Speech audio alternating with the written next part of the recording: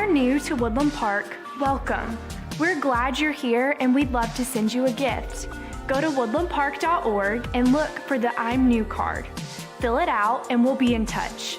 Thanks for joining us.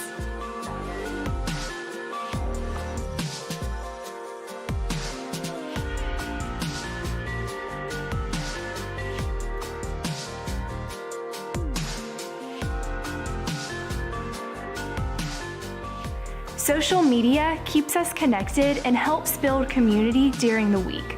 Don't miss any content. Subscribe to our YouTube channel, find us on Facebook, and follow us on Instagram.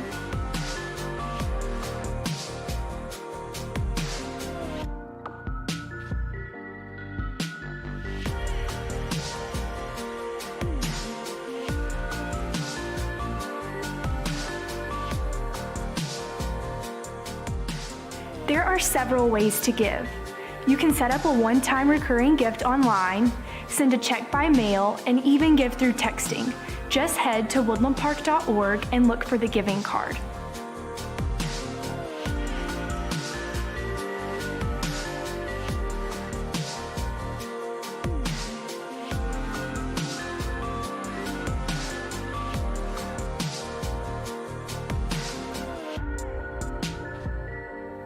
We're about ready to start. Here's what's coming up. First, we'll spend some time in worship. The lyrics will be on the screen so you can sing with us. Then we'll hear the next message in our current series. To wrap up, we'll share some next steps for the week ahead. All in all, we'll be together just under an hour. Thanks for joining us as we encourage surrender, equip believers, and engage our world for the glory of God.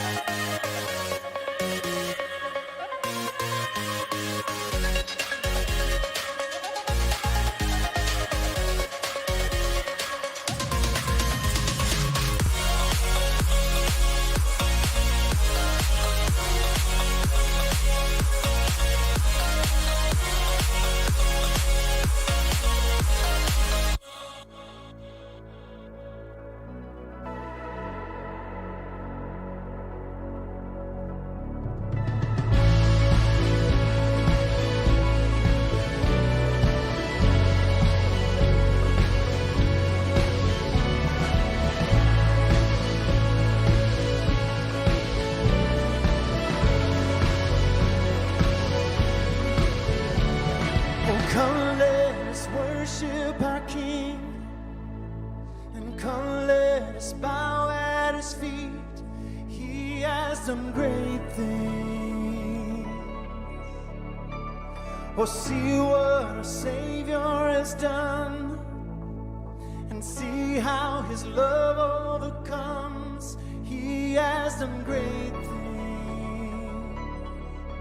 He has done great things. Oh, hero of heaven, you conquered the grave. You free every captive and break every chain. Oh God, you have done great things. We dance in your freedom, awakened alive. Oh Jesus, our Savior, your name lifted high. Oh God, you have done great.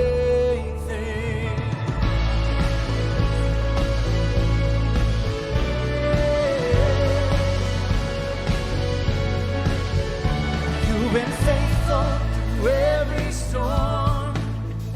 You'll be faithful forevermore. You will do great things, and I know you will do it again. For your promise is yes and amen. Oh, you will do great things. God, you do great things.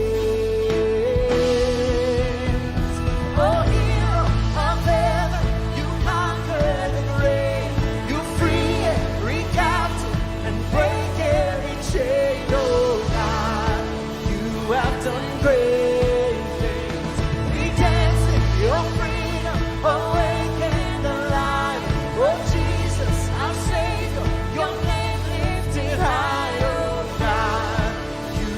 done great things.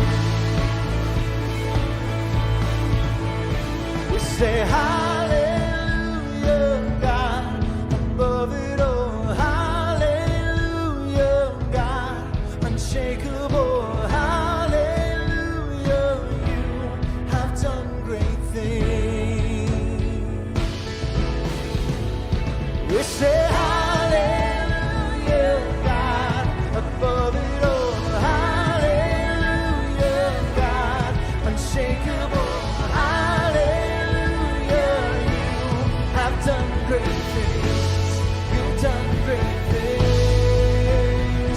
Oh, hero of heaven, you conquered the grave. You free every captive and break every chain. Oh, God, you have done great things. We dance in your freedom, awake and alive.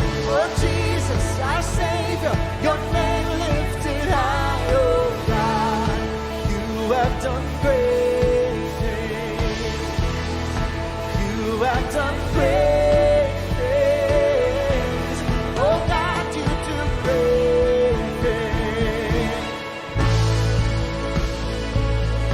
Yeah. Oh, God, you do great things.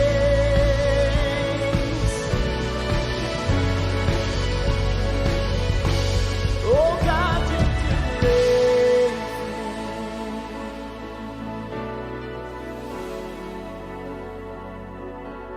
Oh, God, you do great things.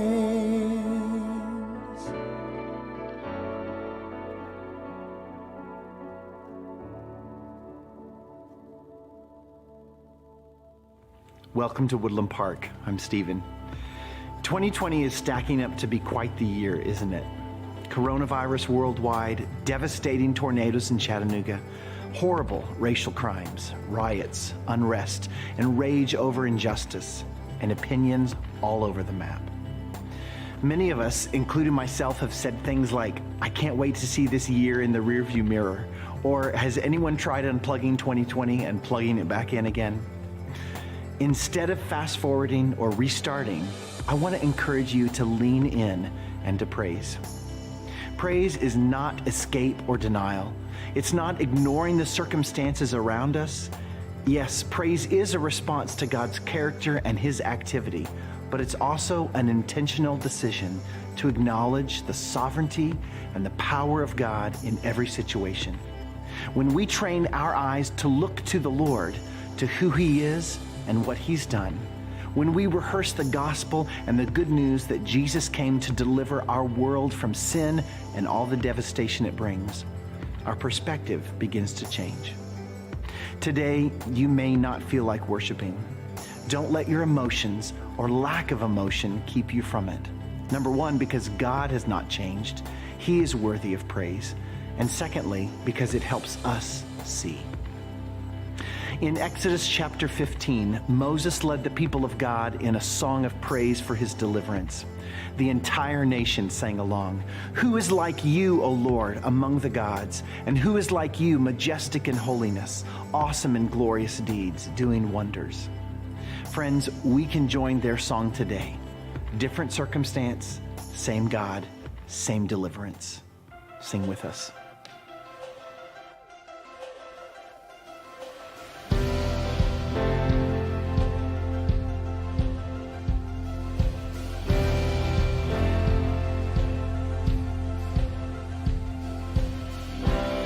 You're seated on the throne of mercy, your glory shining bright for all to see.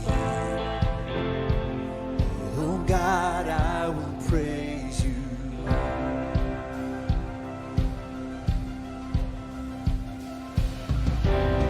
Magnificent with grace unending, you rescue us with love that never fails.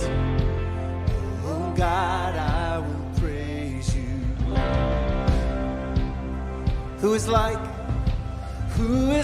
the Lord, strong in battle?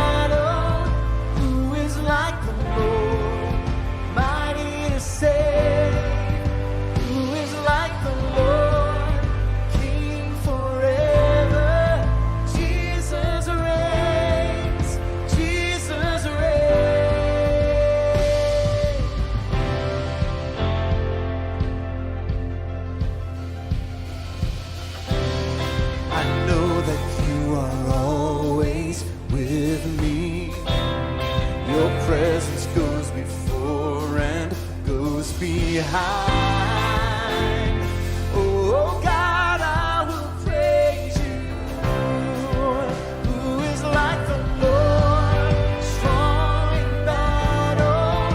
Who is like the Lord, mighty to save? Who is like the Lord, King forever? Jesus reigns, Jesus reigns. Who is like the Lord, strong in battle? Who is like the Lord, mighty to save? Who is like the Lord, King forever? Jesus reigns, Jesus reigns.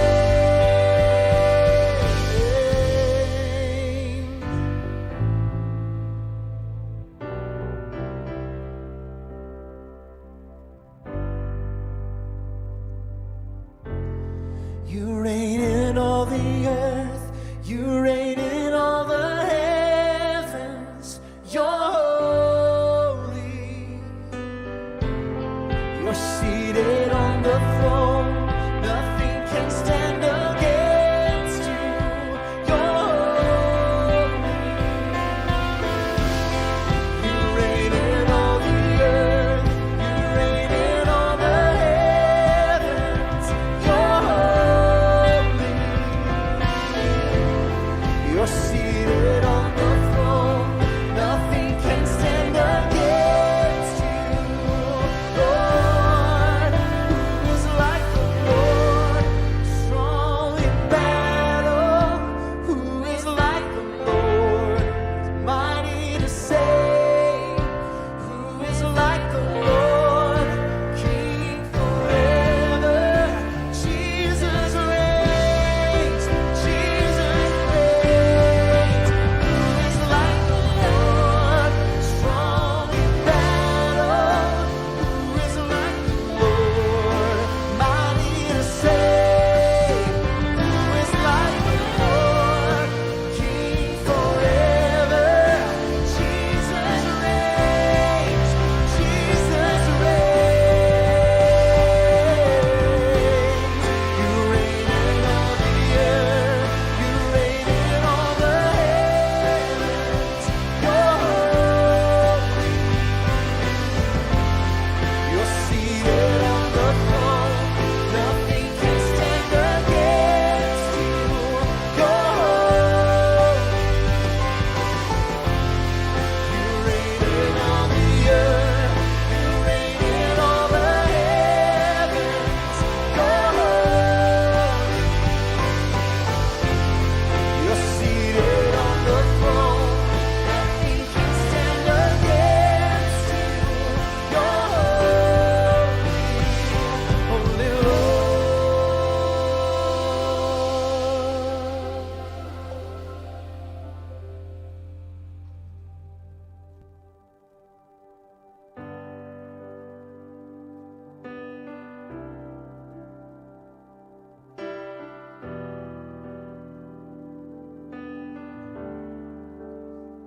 How great the chasm that lay between us, how high the mountain I could not climb.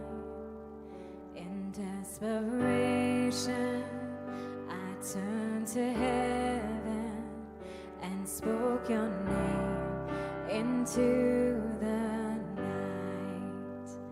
Then through the darkness, your loving kindness tore through the shadows of my soul. The work is finished, the end is written. Jesus Christ, my living hope.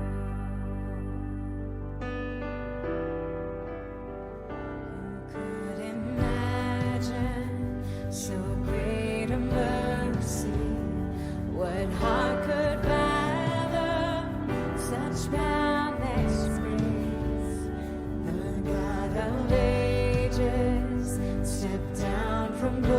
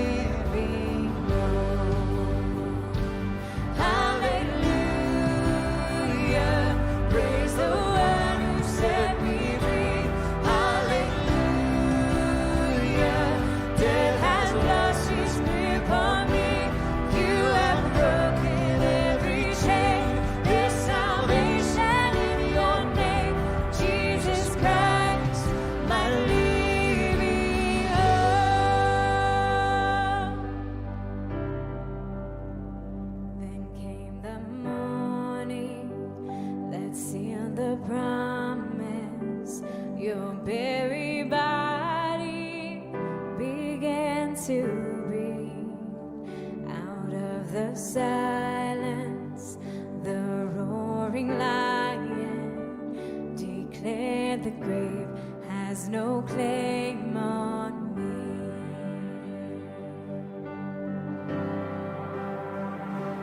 Came the morning that sealed the promise.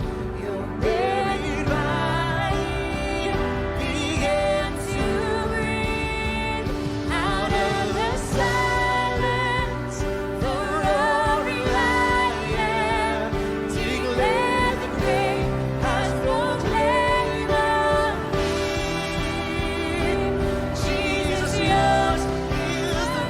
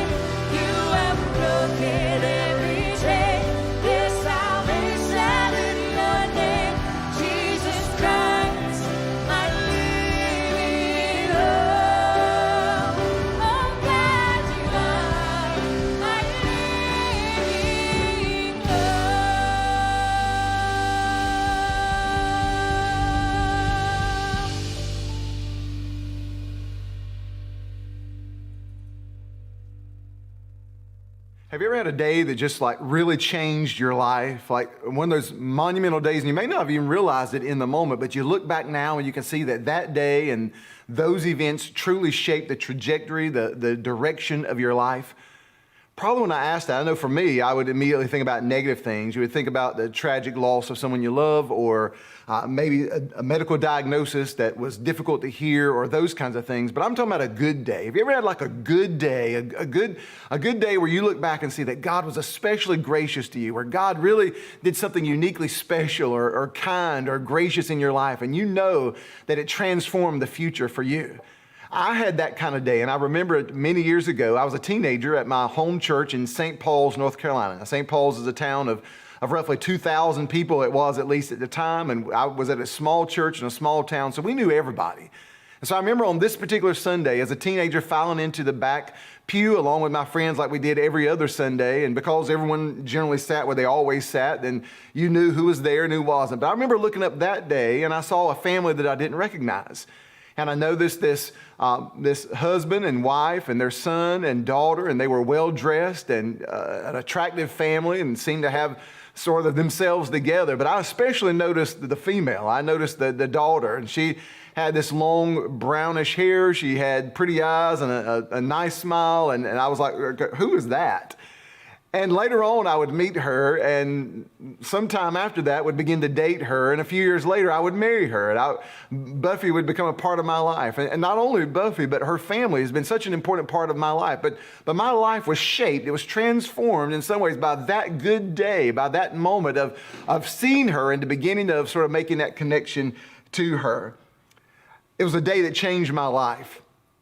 Have you ever had a day like that? Now, last week we began this Ruth series in Ruth 1, and Ruth 1 sort of left us with a lot of questions at the end. Ruth 1 introduces us to this family that had to leave Bethlehem among God's people to go to Moab amongst more challenging people who had been enemies of God in the past, but because of famine amongst the Israelites, this Hebrew family had to go to Moab, and while they're there, the husband dies, and then later the two sons die and leave Naomi, the wife, and her two daughters-in-law, Orpah and Ruth, on their own, childless widows with no seeming hope for the future, no real security. And so they're struggling, and Naomi is wrestling with this tragedy that happens over a 10-year time span.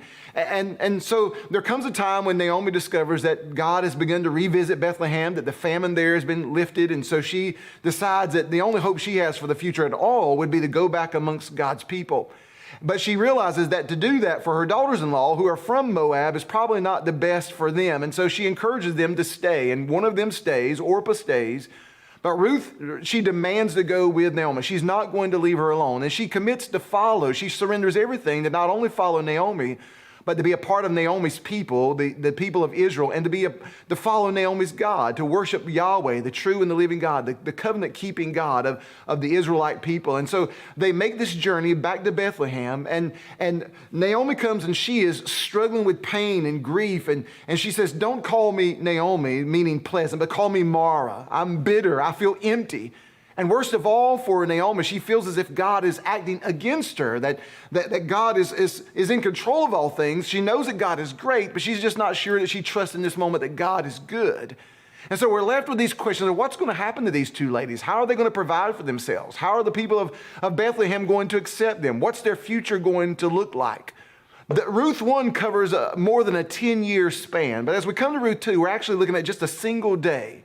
But it's a single day that changes everything for Ruth and for Naomi and for a new character, a new person we'll see in the story today, a man named Boaz, and ultimately something that changes the whole story, not just for those three, but for all of us and as a part of God's redemptive history.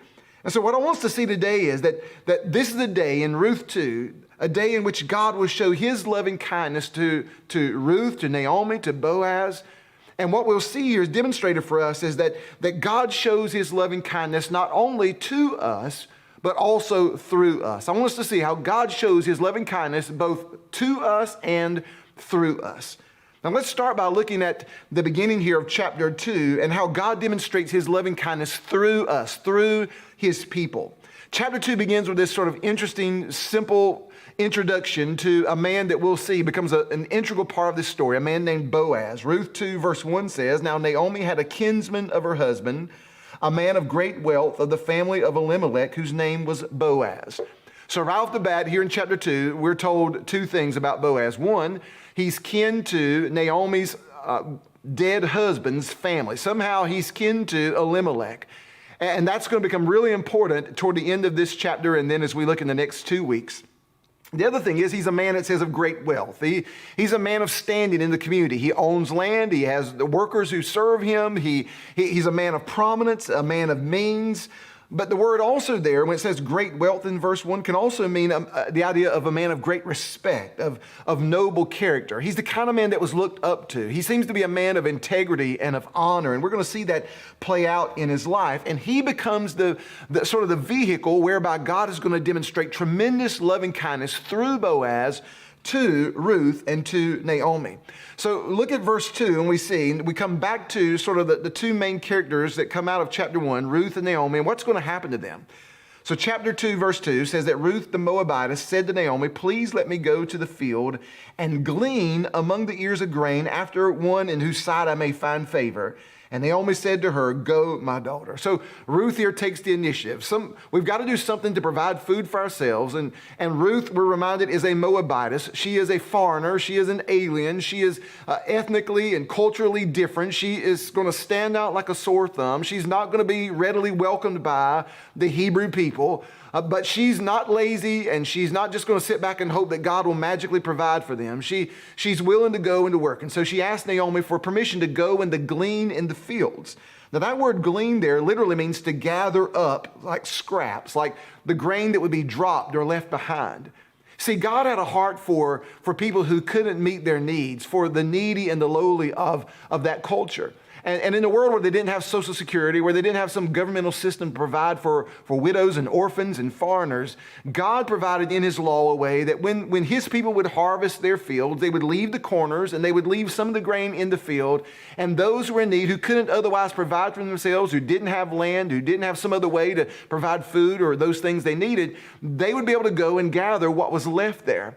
And so Ruth here is asking for permission to go. And she said, I'm hoping I can find favor, to find some landowner and to find some workers who would just allow me to go and to gather their scraps so that maybe we, Ruth and Naomi, maybe we can have something to eat and we can survive. And so Naomi gives her permission and she goes. Now, Ruth doesn't know the area. She has no idea where to go. She just knows that she's got to find the field, hoping to find favor with somebody and hoping to get a little bit of food for their survival. Well, look at verse 3. So she departed, Ruth does, and went and gleaned in the field after the reapers. And she happened to come to the portion of the field belonging to Boaz, who was of the family of Elimelech. She happened to, we might say, by stroke of luck. It just so happened. It was coincidental that this happens in this moment. That's a complete accident. From Ruth's perspective, it's coincidental. Like she's just going, trying to find something, and this happens to be the field that she finds herself in. This happens to be the place where she lands that day.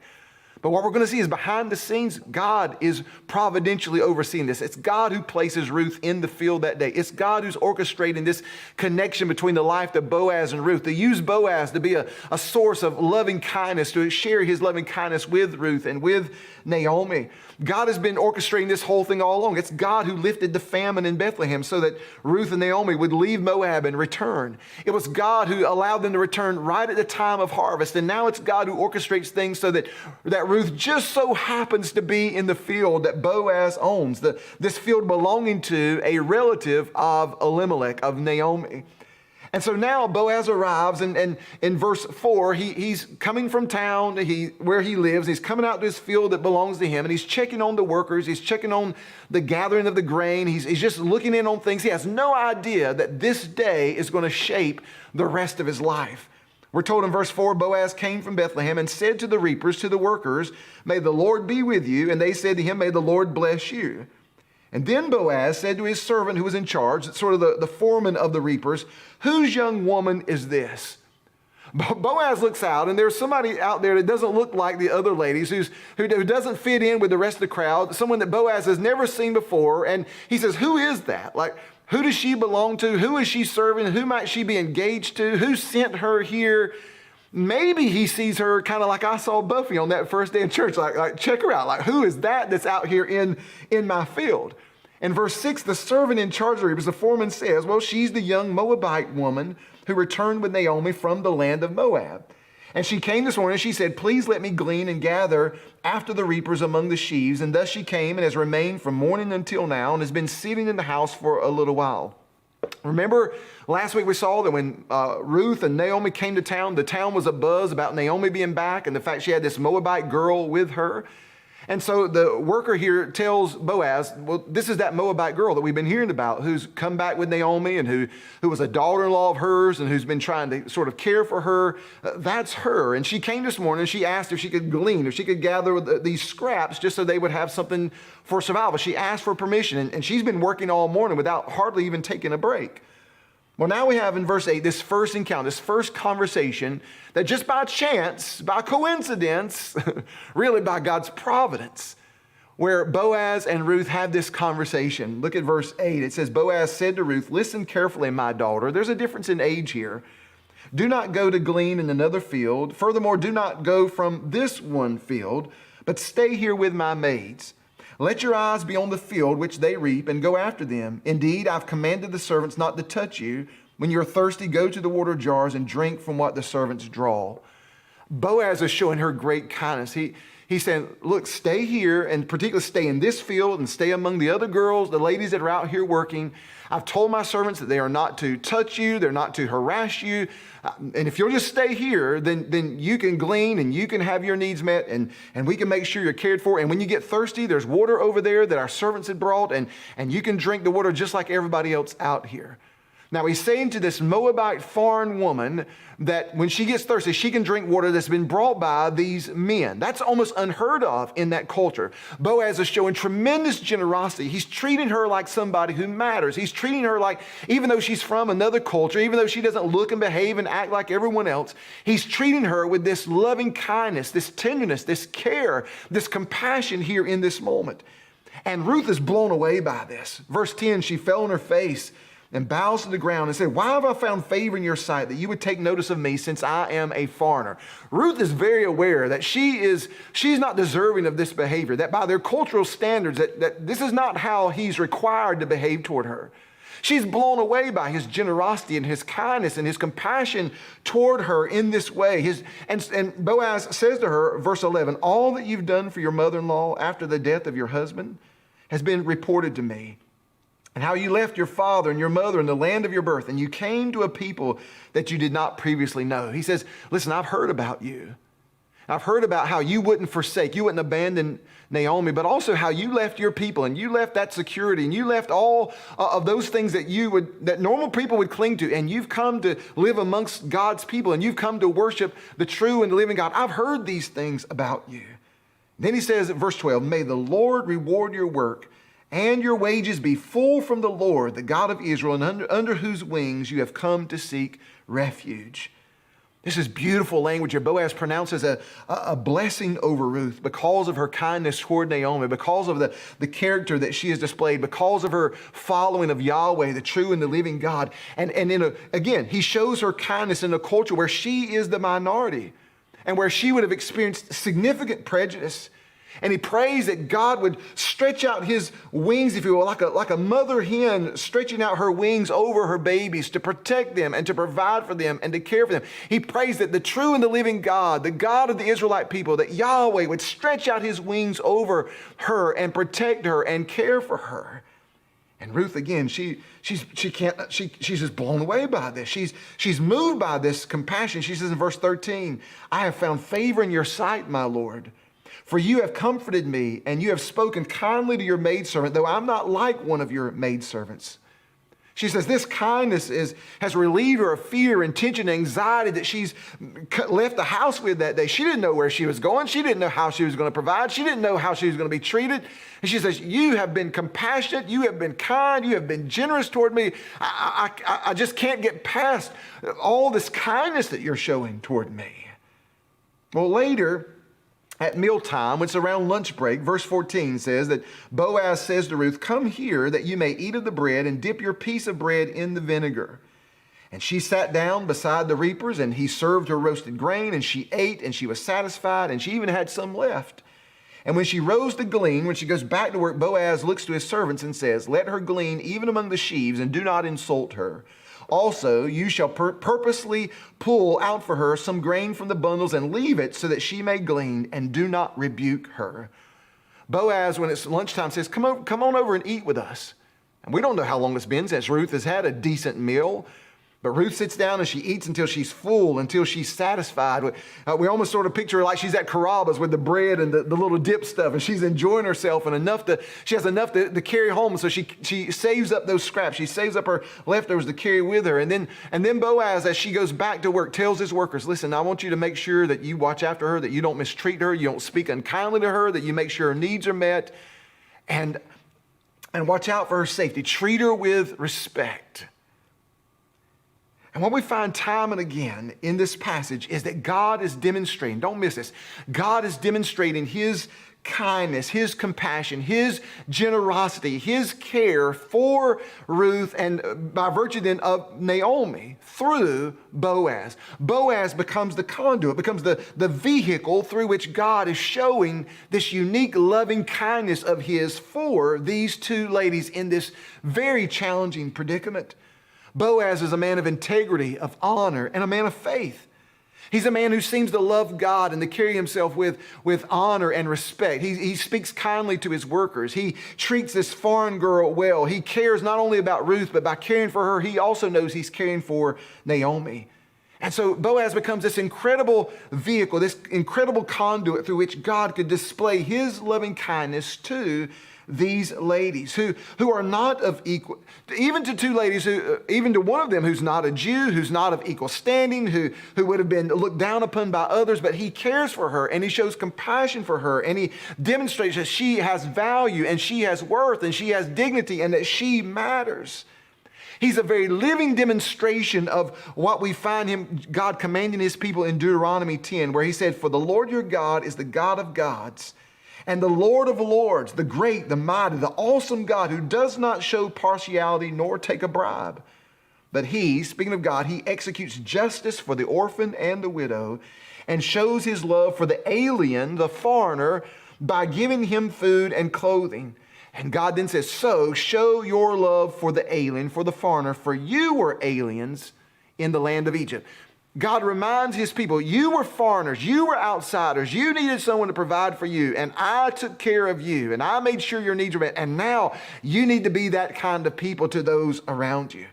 You see, Boaz is a demonstration of that kind of love and compassion. And the question that it prompts me to ask about myself, about us as a church, and about you is, am I, are we that kind of vehicle of God's unique loving kindness and compassion to those around us, and especially to those who are weak, who are vulnerable, who are outsiders, who are overlooked, who are treated with injustice? Are we a vehicle? Do we share God's heart? See, God has a heart not just for his chosen people, for the Jewish people, not just for Christian. God has a heart for all people. And he desires to use his people to be vehicles through whom he might express his love and compassion to those around us, to allow his generosity and kindness and compassion and care to flow through our lives, especially to the orphan and the widow and the alien, to the most vulnerable of our society. We see this in James 1, where through the half-brother of Jesus and a leader in the early church, James writes, pure and undefiled religion in the sight of our God and Father is this, what? To visit orphans and widows in their distress and to keep oneself unstained by the world. And so if God has a heart for the overlooked, the downtrodden, the helpless, the hopeless, the vulnerable, then shouldn't we, shouldn't I, shouldn't you? Boaz is the immediate provider for Ruth and by extension of Naomi, but ultimately it's God through Boaz who is showing this incredible loving kindness. Boaz becomes that vehicle through which God does so. And God desires that we would be that kind of vehicle in our world and in our day. And so we have to ask ourselves, and listen, I want you to listen carefully. We have to ask ourselves, does it bother us that half of our world, that more than 3 billion people live off of less than $2.50 per day? And that 22,000 children die every single day simply due to poverty? Closer to home, does it bother us that here in Hamilton County, where our church is located, that here in Hamilton County, the poverty level is higher than it is than the national average, than other places across the nation? Does it bother us that our pets are overweight while people are literally starving to death? Think about that. Does it bother us that some men and women who've lost their spouse and who may not even have children to care for them have no one to check on them, no one to hug them, no one to encourage them?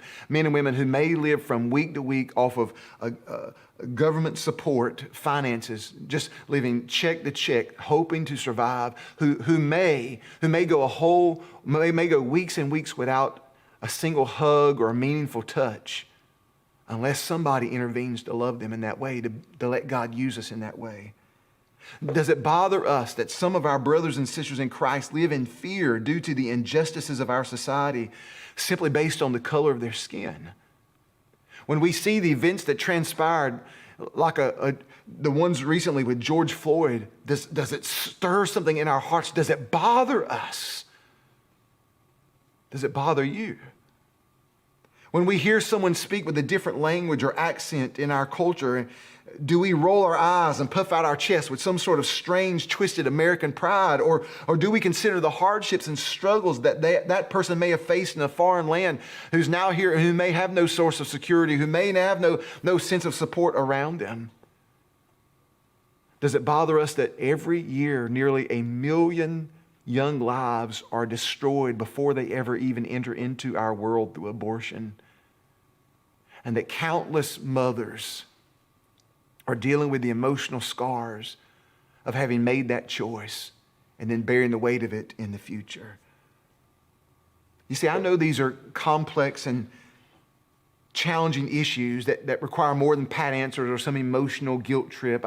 I know that no one of us can somehow solve these problems. None of us in and of ourselves can solve world hunger or abortion or racism or any of these sorts of things. But what every one of us can do is to ask God, how do you want to use my life, where I am and where I live and around the people who are around me? How do you want to use my life to show your compassion, your kindness, your care, your support, your reaching out to those who may not look like us, who may not speak like us, who may come from a different sort of world than we do? See, God has a heart for the outsider, for the overlooked, for the needy and the broken that he displays in Boaz for Ruth and for Naomi, and he desires to display through us in our world where we live. And see, I think God was partly able to use Boaz because his heart was already purposed in that direction. He had a heart for the people around him. He was a man of integrity, a man who loved God. So when God set this opportunity in front of him, he was able to and ready to take advantage of that. And I think we've seen that in our own church, that earlier this year we were praying, at the beginning of the year, our leaders were praying that God would give us greater opportunity to impact and minister to the people right here in our own community, to not only to reach our nations, but to reach our neighbors. And so when the coronavirus hits and when Easter comes along and we have a tornado and when we face these challenges, then we were in a position because our hearts were already set in that direction and we could act quickly. We could pivot so that we could meet needs and so that we could provide a pantry and so that we could be there to cut down trees and all those needs that were there. And see, I pray that same heart would be where we are today. That we would have a heart for those who are vulnerable. That we would desire that God would use our lives to care for them. That we would each look at how God wants to use us where we live. And so maybe we need to ask questions and get to know others who are not like us. To truly want to understand them and to hear their heart and to listen, to really listen. Or maybe we would reach out and demonstrate care for those who are struggling or in need. Or maybe we would join with others who are actively engaged in ministries that are positively influencing and making a difference in these kinds of things. Or maybe we would sacrifice our wants so that we could help provide for the basic needs of those who are hurting.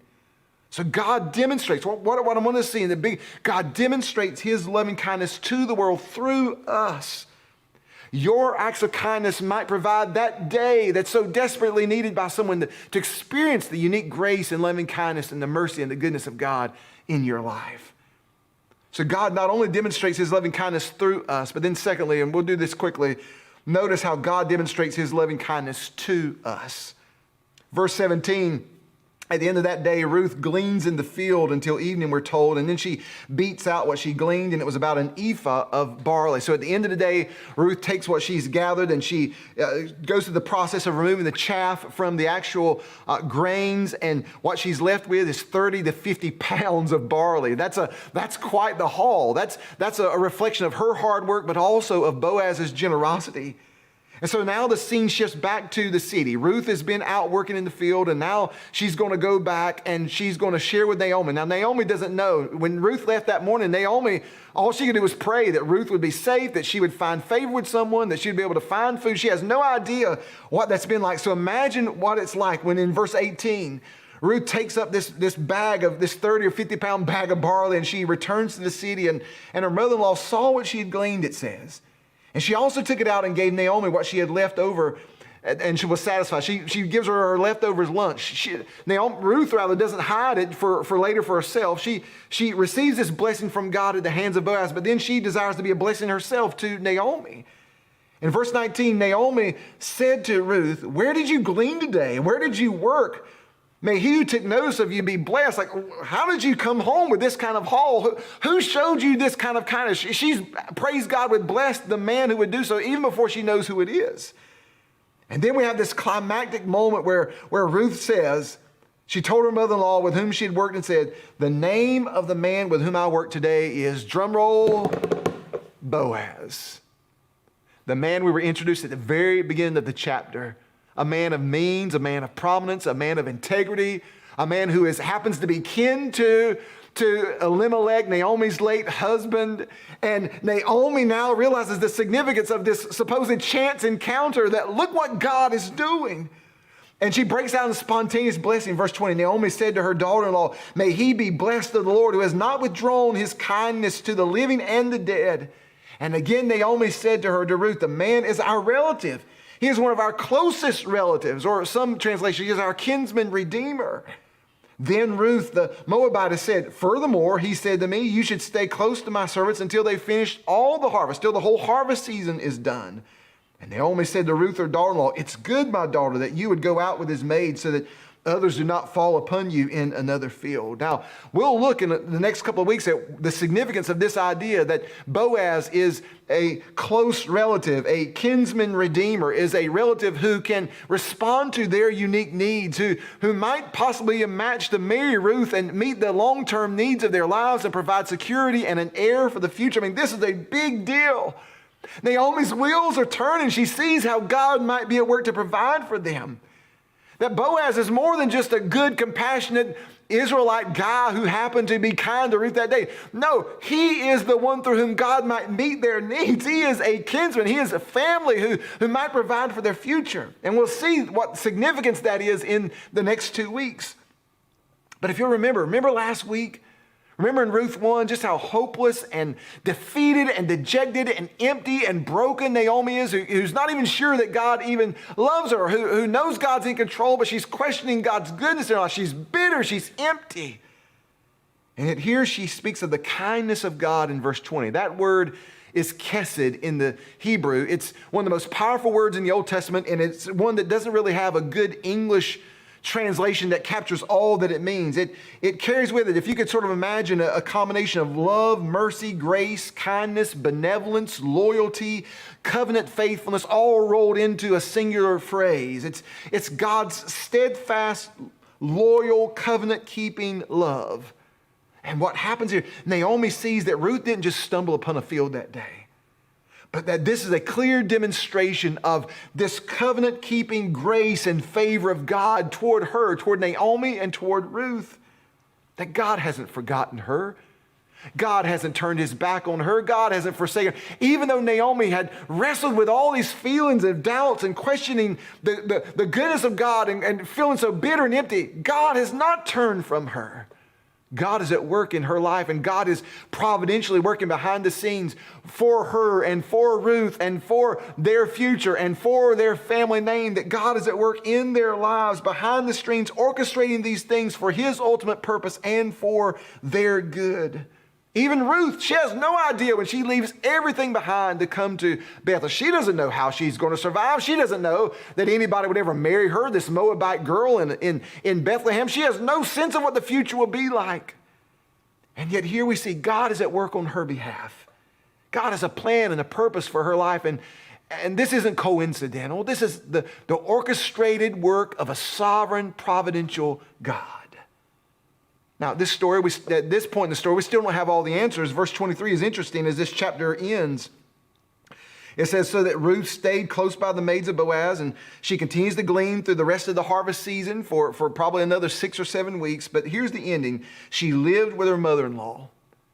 So they've got food now, but even as this chapter ends, they still don't have security, still don't have family, still not sure of what the future holds, but there's just a glimmer of hope and a glimpse into what God might be up to. And we'll see. This is sort of a cliffhanger, and you'll have to continue to come back each Sunday. In the next 2 Sundays, we'll see how this story unfolds. But in this moment, Naomi is given a glimpse that the merciful, gracious, loyal, kind, all-powerful God is at work in her life and in the life of Ruth. That he loves her, that he sees her, that he cares about her, that he hasn't forsaken her, that he hasn't turned his back on her. See, it's one thing to see God at work in the lives of other people, but it's another thing when you really believe that he's at work in your own life. And for the first time in a long time, Naomi, her vision is cleared and she can see God at work. Ruth and Naomi are going to rest their lives under the wings of God, using Boaz's language, under the wings of that mother hen to provide them warmth and protection and care. They're going to trust that God is in control, that God has a plan. And when we know that God will provide for us in the way that Ruth and Naomi are coming to understand, then we can find our ultimate satisfaction in him. And we're free to live our lives for the gospel and for the love of those around us. When you look back over your life and take inventory, if you'll think about it as you're listening right now, I'll guarantee you can see Those days and those moments in your life where God has been good to you, where God has been at work, where at the moment it may have felt like luck or coincidence, but it was actually God at work for His purpose and plan for your life. And maybe you can look back today and see that, and you can trust that if God has done this before, He is at work doing that now and will be in the future, and you can trust Him. And see, when you trust Him, when you rest in Him, when you rest under His wings, if you will, then you don't have to spend your life focused on what you can get, what you can achieve, what you can accumulate, what you can gain for yourself. You can give it all away for the sake of the purpose of God and His glory and His desire and His will for your life. Ruth surrendered everything to follow God, and God honors that by providing for her and directing her even when she couldn't fully see it. My prayer is that we would rest in knowing that God is at work behind the scenes in these circumstances, in your life, in your situation today, right now. God has not forgotten you. God has not looked past you. God has not given up on you. God is at work behind the scenes in your life for His purpose and for your good. And therefore, you don't have to worry today about how you're going to provide for yourself and stress and fret and be anxious over it. You can trust Him. He cares for you, and He provides for you, and He expresses His loving kindness toward you, but not just for you. He's showing His loving kindness to you so that in turn you might, as we saw in Boaz, might in turn demonstrate His loving kindness to others. Because God has a heart not just for us as His people, but for all people. And He desires to demonstrate His loving kindness for all people through us, through you, through me. Friend, at the end of the day, we're all Ruths, aren't we? That when it comes to the kingdom of God, the truth is that His kingdom and His holiness are such that we're all outsiders, we're all outcasts, we're all powerless, we're all in need of favor of one who can meet our needs and who can give us life. My prayer today is that we would run to the one who can satisfy our every need, who pursues us, is generous towards us, and satisfies the deepest longings of our hearts in a way that nothing in this world can, who calls us to come and to find our satisfaction and life in Him, the one who sacrificed everything, even Jesus, who gave His very life so that He could give us life and that we could find satisfaction in Him. For some of you, that may be a renewed surrender, including a surrender that God, let me be a conduit of your loving kindness to the world around me. Break my heart over the things that break yours. Let me be moved by what I'm seeing in the world today and in our culture today. Let me be moved and have a heart for the vulnerable, for the hurting, for those who are treated unjustly. Let me listen. Let me get engaged. Let me get involved. Use me, Lord. I surrender anew to you to show your loving kindness, to demonstrate your loving kindness through me, through my life. But for others of us, it may be the first time to truly give your life to Him, to let go of your self-reliance, to fully yield yourself and surrender to Jesus. And maybe today is that good day for you that changes every other day of your life, where you come to the end of yourself and you say, Jesus, here's my life. Come and live this life through me. Maybe you would do that by praying something like this. Jesus, today I acknowledge that I am a sinner. I'm an outcast. I'm not holy.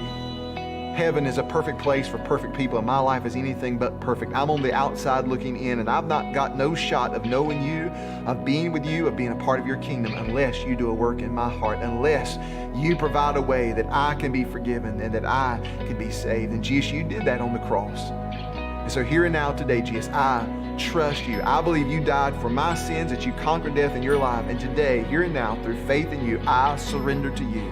I die to myself. I surrender all that I am. Come, live this life through me. Lord, use me, that just as I am right now experiencing your grace as you save me from my sins and make me a part of your family, now use my life that you might demonstrate that same grace and kindness and love to the world around me in your name. In Jesus' name I pray. Amen. What an encouraging and challenging message. If you just prayed with Brian, if you made the decision today to surrender to Jesus and follow Him, we'd love to celebrate with you. And even if you still have questions, we'd love to listen and talk with you. Go to our website, look for the card that says, I'm new, fill that out, and we'll be in touch. And for all of us, how will we respond? How will we think or act differently because of what we've heard today? As a follow-up to these messages in Ruth, we're filming some informal conversations and posting them throughout the week. They're designed to help you think through application in your own life. Look for these on social media in the days to come. You're probably aware of our tentative plan to begin regathering on site for weekend services 2 weeks from now on Saturday, June 20th and Sunday, June 21st. We are excited to see you face to face, even if part of your face might be covered. Can I be honest? We have wrestled with this decision. Navigating the past several months as a church leadership has not been easy. It's like nothing we've ever done. But along the way, we keep trusting the guidance of our good shepherd, the Lord Jesus. He will not fail his church. This past week, we sent a survey to help us know how to plan. And let me just tell you, the majority of your responses were filled with words of encouragement and grace. Woodland Park, thank you. You have made this season a joy for your leaders, not a burden. It's been an honor to serve you during this time, and though it will be different, it'll be really different, we truly cannot wait to welcome you on site. As we wrap up, I want to thank you again for your faithful giving. Your generosity enables the work of ministry here in Chattanooga and around the world. Visit woodlandpark.org/give. Until next time, may the Lord bless you and keep you. The Lord make his face to shine upon you and be gracious to you. The Lord lift up his countenance upon you and give you peace. We'll see you soon.